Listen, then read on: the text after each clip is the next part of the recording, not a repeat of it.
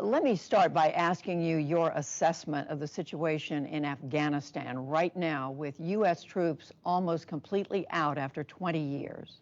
Well, Judy, I think the U.S. has really messed it up in Afghanistan. You see, first of all, they tried to look for a military solution in Afghanistan when there never was one. And people like me who kept saying that there's no military solution, who know the history of Afghanistan, people like me were called anti-American. I was called Taliban Khan. For anyone who objected to this way of, I don't know what the objective was in Afghanistan, whether it was to have some nation building or democracy or liberate the women, whatever the cause was, the way they went about it was never going to be the solution. So when they finally decided that there is no military solution, unfortunately, the bargaining power of the Americans or the NATO forces had gone. When there were 150,000 NATO troops in Afghanistan, that was the time to go for a political solution. But once they had reduced the troops to barely 10,000, and then when they gave an exit date, the Taliban thought they had won. And so therefore it was very difficult for now to get them to compromise. It's very difficult to force them into a political solution. So because they think that, they won. Well, whatever has happened in the past, right now, the Taliban are on the ascendancy. They are, in fact, saying President Ghani should step down from office right now. Do you think he should?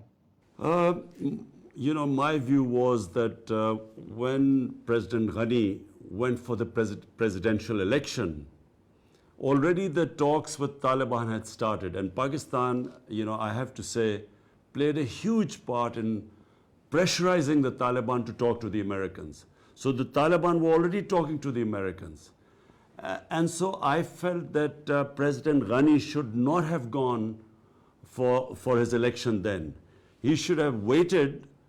He should have made an inclusive sort of, the moment he held the elections, the Taliban became outsiders and he was the president. I felt that he should have delayed the election so that everyone could have been included in the electoral process. So automatically there would have been some political settlement. But once he became the president, he then wanted the Taliban to come and talk to him. Taliban did not refuse to talk to him. They were willing to talk to the Americans, to the other Afghan leaders, but they would not talk to President Ghani. And that's where the deadlock took place. Well, whatever has happened in the past, as we said, the Taliban now is on the rise in Afghanistan. Is that a good outcome for Afghanistan? See, the only good outcome for Afghanistan is that if there is a political settlement which is inclusive, so they form some sort of a government that includes all sorts of different factions there. And obviously Taliban part of that government. The worst situation in Afghanistan would be if there's a civil war and a protracted civil war. And from Pakistan's point of view, that is the worst case scenario, because we face two scenarios. One, a refugee problem. Already Pakistan is hosting over 3 million Afghan refugees. And what we fear is that a protracted civil war would mean more refugees. Our economic situation is not such that we can have another influx. Secondly, the worry is that the civil war will flow into Pakistan, because the Taliban are basically ethnic Pashtuns. Now, there are more Pashtuns on our side of the border than in Afghanistan. And so the worry is that if this goes on, the Pashtuns on our side will be drawn into it. So that also is the last thing we want. And I do want to ask you about Pakistan. But before we leave Afghanistan, the United States has been asking your government for many years to help in the effort to fight the Taliban in Afghanistan. But the U.S., other organizations now say they have massive amounts of evidence that Pakistan has helped the Afghan Taliban with military, with intelligence, has helped them financially.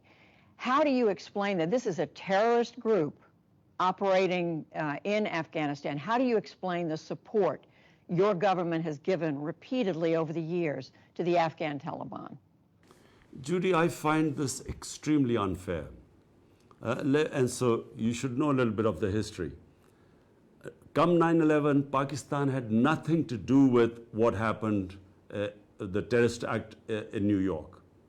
Pakistan, in the sense that Al-Qaeda was based in Afghanistan, there were no militant Taliban in Pakistan, no Pakistani was involved, and so when the Pakistani government decided to join the US's war on terror, this country was devastated by that. 70,000 Pakistanis died in that war, which we had nothing to do with. We had over $150 billion lost to the economy. Now, you know what happened in Pakistan? We had these, in the 80s, the militant groups created to fight the Soviets, funded by the Americans, trained by the Pakistan Army. When we joined the American war on terror, and these groups were trained to fight foreign occupation, which was the Soviets, but now when the Americans came, we told them that no, this is no longer jihad, it's terrorism. They turned against Pakistan. So at one point, Judy, we had 50 different militant groups attacking the Pakistan Army and the security forces. So we, as I said, lost 70,000 people. To be blamed for NATO and US not succeeding in Afghanistan, I find is extremely unfair. It's not the only thing that's blamed, but it's an important thing that's blamed, in that the Afghan Taliban has always been able to have a safe haven next door in Pakistan. And again, the U.S. says it has mountains of evidence that your ISI, other elements of the Pakistan military, have helped the Taliban in Afghanistan over the years. Just in the last few days, there's a report 10,000 Pakistan fighters have crossed over the border to help the Taliban in this most recent fighting. So this is going on right now. Judy, for a start, this 10,000 Taliban, or they call, the Afghan government said, jihadi fighters have crossed over. This is absolute nonsense. Why don't they give us evidence of this? Firstly, let me just go back. When they say that Pakistan gives safe havens, sanctuaries to Taliban, where are these safe havens? When we say there are 3 million Afghan refugees in Pakistan, who are, by the way, the same ethnic group as the Taliban, Pashtuns. Now, there are camps of 500,000 people. There are camps of 100,000 people. And Taliban are not some military outfit. They are normal civilians. And if there are some civilians in these camps, how is Pakistan supposed to hunt these people down? How can you call them sanctuaries? Time and again, Pakistan has said, please take back these 3 million refugees. Huge burden on our economy. But Afghanistan was never in a situation. There's more or less been constant fighting for almost 40 years. So therefore, Pakistan is left with these refugees. Amongst these refugees, if they are Taliban fighters or supporters, how are we supposed to know? And we have been saying this time and again to the US. Are you saying there's nothing that Pakistan could be doing to stand up to the Taliban after all these years? And again, the border has become almost porous for Taliban to be able to go back and forth. Let me ask you, Mr. Prime Minister, what relationship do you want now with the United States? You've said under no circumstances would you allow the U.S. to set up the CIA to have any sort of bases in Pakistan to support counterinsurgency. But are you saying no cooperation with the U.S. To fight terrorism? Judy, let me first clarify. The border between Pakistan and Afghanistan is 1,500 miles long. it is one of the most mountainous countries, and it never had a border. This is called the Durand Line. People freely crossed from one side to the other. The tribes were divided by the British when this border was made in 1947. So there was never any border. Now, what Pakistan has done, in order to stop these accusations that we are sending in people from here, this is the first time the border has been fenced. We have spent a huge amount of money to fence 90% of the border today. And finally, we will have a complete border there where there was nothing before. Now, when you say about US having bases for counterterrorism, please let me make you understand this. When a country loses 70,000 people and is bankrupted by this war on terror, when we joined the US after 9/11, we do not have the capacity to have any more fighting within our border, any terrorism within our country, because when we were in the height of that war on terror, which Pakistan joined, there were suicide bombs taking place all over the country. The businesses collapsed, tourism collapsed. So what we do not want to be is part of any conflict. Now, if there's a conflict going on in Afghanistan and there are bases in Pakistan, we then become targets. We will then become part of a conflict which we were in the last 15 years, and we do not want. We want to be partners in peace, but not in conflict. So are you saying, what sort of relationship do you want? What do you expect from the United States at this point? You're looking for a trading relationship. What is it that you want your relationship with the United States to be after this very fraught period of the last 20 plus years? Well, Judy, the last relationship was transactional. Pakistan was more like a hired gun. The US says that we paid you, gave you aid, and that's why you were fighting this so-called war on terror. Pakistan, on the other hand, felt that here was a country which had no need to be part of this war. It loses 70,000. I mean, which other country has lost 70,000 people fighting for someone else's war? So Pakistanis felt that here we were fighting US's war, our economy devastated, aid was minuscule compared to the amount of money we lost in the economy, and yet we were blamed for the failure in Afghanistan. This is the Pakistani point of view. Now, Pakistan's position is very straightforward. We want to help, and we have helped, getting the Taliban to talk to the US, got them on the dialogue table, and this will be vouched by Zalmay Khalilzad, who's the American point person in Afghanistan and dealing with the Taliban. We have done our bit. Now, what we cannot afford now, if there is civil war, what US wants is bases in Pakistan, if there's civil war in Afghanistan. So, but if there's civil war in Afghanistan, bear in mind, more than the Pashtuns in Afghanistan, only about 1/3 to the Pashtun population, so 2/3 are in Pakistan. We will immediately get stuck into it. There will be terrorism within Pakistan in support of the Pashtuns. We do not want, apart from anything else, our country cannot afford it. We have just recovered from a desperate economic situation, and we do not want to go through it again. I hear that message. At the same time, do you expect that if the Taliban does succeed in Afghanistan, you're going to have a country next door where women, for one thing, are not allowed to have an education after the age of 8, that you're going to have a country run by a group of terrorists, in effect? But Judy, what are we supposed to do about it? I mean, here were the US for 2 decades in Afghanistan trying to force a military solution.